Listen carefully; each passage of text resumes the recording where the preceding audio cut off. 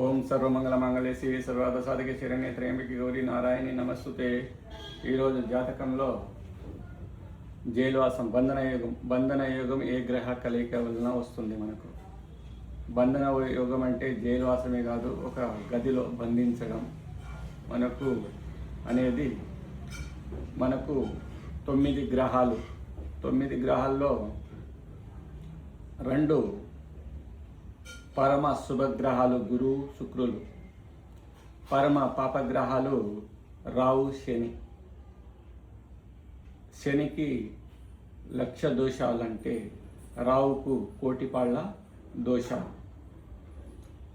ఈ రావు కానీ శని కానీ గురువుతో కలిసిన శుక్రునితో కలిసిన, రావు గురువుతో కలిసిన శుక్రునితో కలిసిన, లేదా రావు దృష్టి గురువుపై ఉన్న శుక్రునిపై ఉన్న, లేదా శని దృష్టి గురువుపై ఉన్న శుక్రునిపై ఉన్న, ఆ దశ అంతర్దశల్లో ఏళ్ళనాటి శనిలో లేదా గోచారంలో గురువు 6-12లో ఉన్నప్పుడు వాళ్ళకు బంధన యోగం ఏర్పడుతుంది. బంధన అంటే జైలువాసమో లేదో ఒక గదిలో బంధించడం అంటే ఒక భయంకరమైన రోగం వచ్చి హాస్పిటలైజ్ చేయడం, అక్కడ హాస్పిటల్లో ఐసీయూలో బంధించడం అన్నమాట. ఈ 2 జైలువాసం వచ్చిన ఒక గదిలో ఉంటారు, ఒక భయంకరమైన రోగం వచ్చిన ఒక గదిలో ఉంటారు. దాన్ని బంధన యోగము అంటారు. ఈ బంధన యోగం గురించి ఈరోజు క్లుప్తంగా తెలుసుకుందాం. ఈ బంధన యోగాల్లో కొన్ని మనకు తెలిసిన వ్యక్తులు, నేను చూసిన జాతకాలు, ఈ 3 మనకు తెలిసిన వ్యక్తుల గురించి, ఈ 2 నేను చూసిన జాతకం. ఈ బంధన యోగానికి ఒక పూజ ఉంటుంది. ఆ పూజ చేపిస్తే ఈ బంధన యోగము నుంచి విముక్తి పొందుతారు.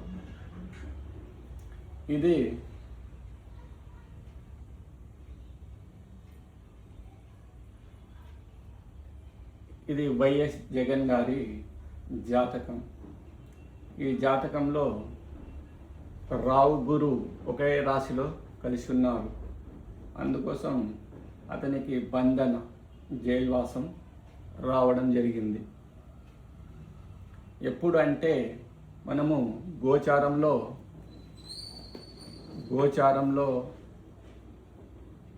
చంద్రుడిని చూస్తాం. శని ఇక్కడ ఉన్నప్పుడు, అర్ధష్టమ శని ఉన్నప్పుడు ఒకసారి, అదేవిధంగా అష్టమ శని ఉన్నప్పుడు ఇంకోసారి జైలువాసం రావడం జరిగింది. తర్వాత కుంభంలో శని వెళ్ళినప్పుడు వైఎస్ జగన్ ముఖ్యమంత్రి కావడం జరిగింది. ఈ విధంగా మనకు బంధన యోగం అనేది ఏర్పడుతుంది.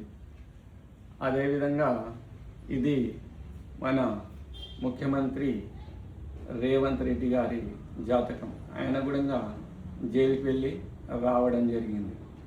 శుభగ్రహమైన తన సొంత ఇంట్లో ఉన్న శుక్రుని పైన 7వ దృష్టితో శని దృష్టి, 9వ దృష్టితో రావు దృష్టి, ఈ 2 గ్రహాల దృష్టి ఉండడం జరిగింది.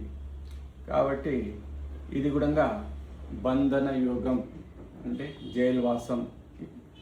ఈ రేవంత్ రెడ్డి గారి గుణంగా జైలువాసం రావడం జరిగింది. అదేవిధంగా ఇది రావు దృష్టి శుక్రుని పైన ఉంది. రావు దృష్టి 7వ దృష్టి శుక్రుని పైన ఉంది. ఇది కల్వకుంట్ల కవిత గారి జాతకం. ఈ జాతకంలో రావు దృష్టి శుక్రుని పైన ఉండడం వల్ల ఈమె కూడా బంధన యోగం ఏర్పడడం జరిగింది. అదేవిధంగా ఈ జాతకం 7వ దృష్టితో గురువును, రావు 5వ దృష్టితో గురువుని చూడడం జరిగింది. ఈయనకు కూడా జైలువాసం రావడం జరిగింది. ఇది నేను చూసిన జాతకం. అంటే ఆయన జైలుకి పోయిన తర్వాత నాకు కన్సల్ట్ కావడం జరిగింది. అదేవిధంగా ఈ జాతకం శని 10వ దృష్టితో గురువుని చూస్తున్నాడు. 1, 2, 3, 4, 5, 6, 7, 8, 9, 10. అదేవిధంగా 7వ దృష్టితో రావు గురువుని చూస్తున్నాడు. 1, 2, 3, 4, 5, 6, 7. ఇది అయితే ఈయన కూడా బంధన యోగం ఏర్పడింది. జైలువాసం ఎప్పుడు వచ్చిందంటే పోయిన సంవత్సరం రావడం జరిగింది. అప్పుడు శని కుంభంలో ఉన్నాడు. గోచారంలో 1, 2, 3, 4 గోచారం చూసినప్పుడు చంద్రుడి నుంచి చూస్తాం కాబట్టి శని ఇక్కడ ఉన్నాడు. అంటే అర్ధష్టమ శనిలో తనకి జైలువాసం రావడం జరిగింది.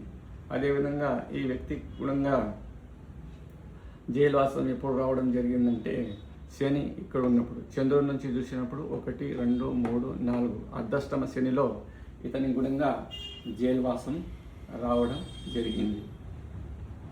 దీన్ని బంధన యోగం, జాతకంలో దీన్ని బంధన యోగం అంటాం.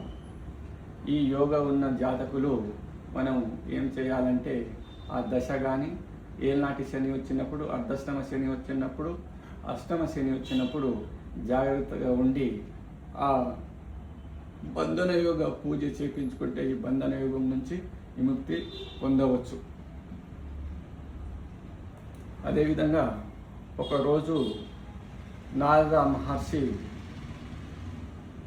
కళ్యాణకారకుడు అయిన మహాదేవుని కలిసి అడిగిన మాట ఇది. సృష్టిలో అన్ని జంతువుల కంటే, అన్ని జీవరాశుల కంటే తెలివైన వాళ్ళు మనుషులను సృష్టి చేయడం జరిగింది. ఆ మనుషులకు ఏదైనా ఆపదలు వచ్చినప్పుడు ఎలా తెలుసుకుంటారు అని అడగడం వల్ల నారద మహర్షికి కళ్యాణకారకుడైన మహాదేవుడు ఇలా చెప్పడం జరిగింది. 4 వేదాలను నేనే రచించాను. అందులో జాతకం కూడా నేనే రాయడం జరిగింది. అంటే వేదాలను కళ్యాణకారకుడైన మహాదేవుడు రచించడం జరిగింది. కానీ కృష్ణద్వైపాద్యుడు తర్వాత కాలంలో ఆ వేదాలను చతుర్వేదాలుగా విభజించడం జరిగింది. ఋగ్వేదం, సామవేదం, అథర్వణ వేదం, యజుర్వేదంగా 4 విధాలుగా విభజించడం జరిగింది. కాబట్టి వేదాలను ఆయన విభజించడం కాదు, వేదవ్యాసుడుగా పేరు రావడం జరిగింది. కానీ వేదాలను ఫస్టుగా రచించిన వాడు కళ్యాణకారకుడు, పరమ ఆది గురు శివుడు. దానికి వీళ్ళకు మనుషులకు ఆపద వచ్చినప్పుడు ఎలా తెలుసుకోవాలని నారద మహర్షి కళ్యాణకారకుడైన మహాదేవుణ్ణి అడిగినప్పుడు ఇలా చెప్పడం జరిగింది. ఒక వ్యక్తి పుట్టినప్పుడే అతనితో పాటు అతని జీవితాన్ని నిర్ధారించే ఒక మార్గాన్ని నేనే పంపిస్తున్నా, అదే జాతకం. ఒక గమ్యాన్ని నిర్దేశించినప్పుడు అతను లక్ష్యాన్ని పెట్టుకొని మనమైతే మ్యాప్ పెట్టుకొని ఒక ప్రదేశానికి వెళ్ళినట్లుగా ఇలా ఎక్కడెక్కడ ఆపదలు వస్తాయి, ఎక్కడెక్కడ మంచి జరుగుతుందని ఆ జాతక కుండల్లో రచించడం జరిగింది.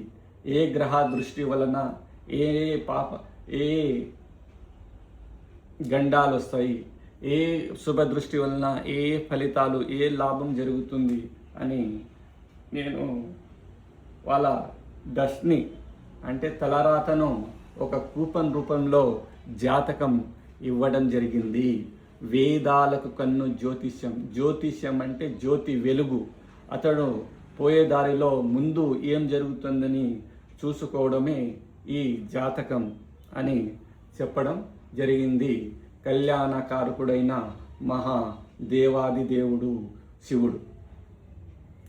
ఇలా మనకు ఎలా ఆపద వస్తుంది, జాతకంలో ఏ యోగాలు, ఏ బంధనాలు మనకు వచ్చాయి అనేది జాతకం వల్ల తెలుసుకోవచ్చు. జాతకం అంటే మూఢో నమ్మకం కాదు, జాతకం అంటే శాస్త్రం. ఏ గ్రహాలైతే తన సంచారం సదా 12 రాశుల్లో సంచారం చేస్తుందో అప్పుడు శుభగ్రహాలు ఏదైనా 1-2 శుభగ్రహాలు కలిస్తే అది శుభ ఫలితాలను ఇస్తుంది. అదేవిధంగా పాపగ్రహాలు కలిస్తే పాప ఫలితాలను, దుష్ఫలితాలను ఇస్తాయి. అదే 2 గ్రహాలు 3 గ్రహాలు పాపగ్రహాల దృష్టి ఒక రాశిపై పడినప్పుడు ఆ రాశి మనకు విభజించడం జరిగింది. 12 రాశులు ఆ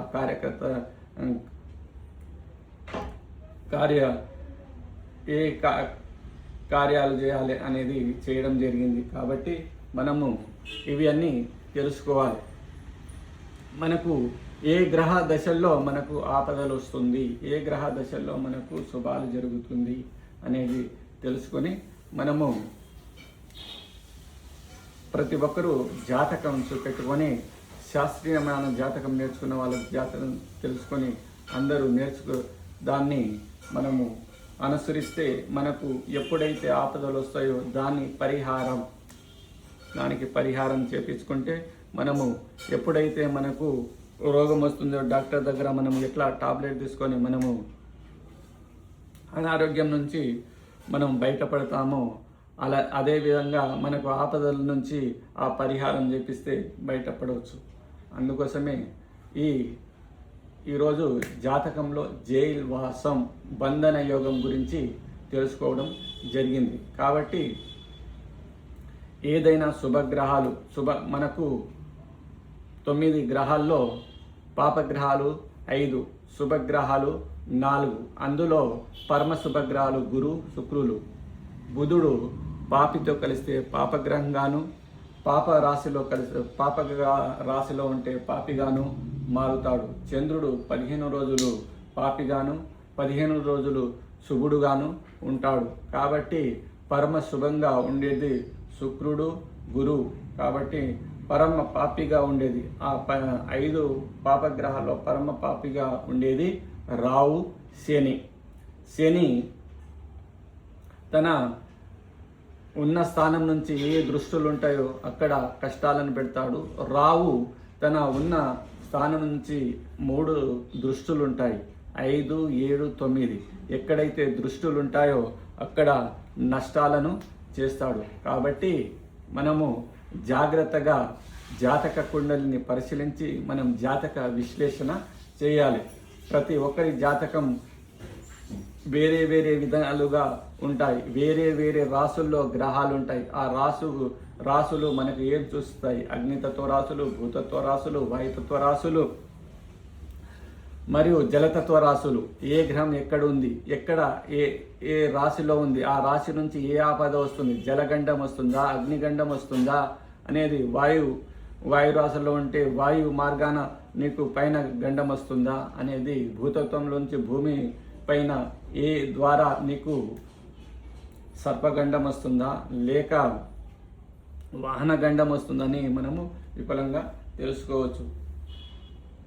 ఈ జాతకం ఇలా ఈ బంధన యోగాల గురించి ఈరోజు చాలా విపులంగా తెలుసుకుందాము. అదేవిధంగా